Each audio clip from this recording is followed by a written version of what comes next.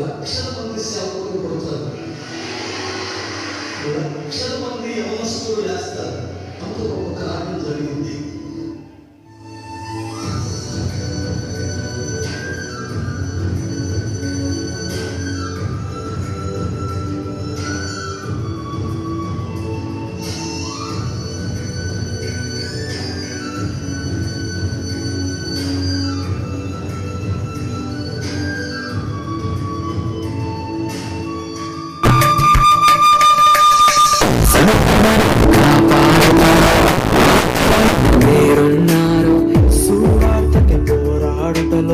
సిద్ధపడిన సైన్యం మీరు, మీ ప్రేమను ఎరుగని వారు అన్యాయముగా మేము చంపారు.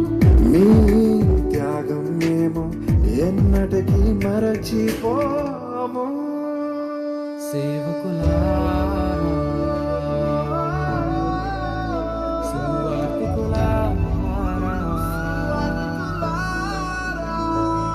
మీ మాదిరికై వందనము.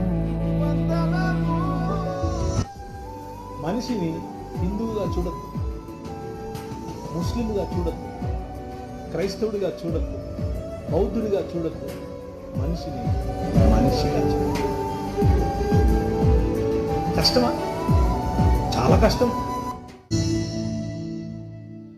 సువార్తను అందించుటకు ఎన్నో హింసలు పొందారు. ఆకలితో మోకాళ్ళుని సంఘమును పోషించారు. మాకు మాదిరి చూపించుటకు క్రీస్తును పోలి జీవించారు. మీ జత పరివారమే మేము, మీ జాడలో చిరగత పనికై మమ్మును నిలిచిన దేవా, మా కొరకై నీ ప్రాణం అర్పించుతివి. నీలో నిలిచి ఉండుటే మా భాగ్యము, నీ కొరకై జీవించదము. ఉన్నత పనికై మమ్మును నిలిచిన దేవా, మా కొరకై నీ ప్రాణం అర్పించుతివి. నీలో నిలిచి ఉండుటే మా భాగ్యము, నీ కొరకై జీవించదము.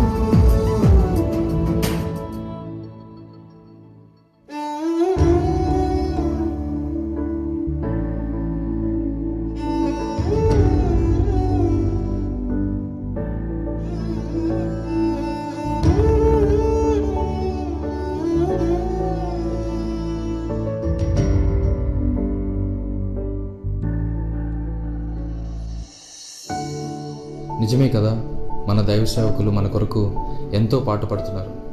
మన జీవితంలో కష్టం వస్తే వారి కన్నీటితో ప్రార్థన చేస్తున్నారు.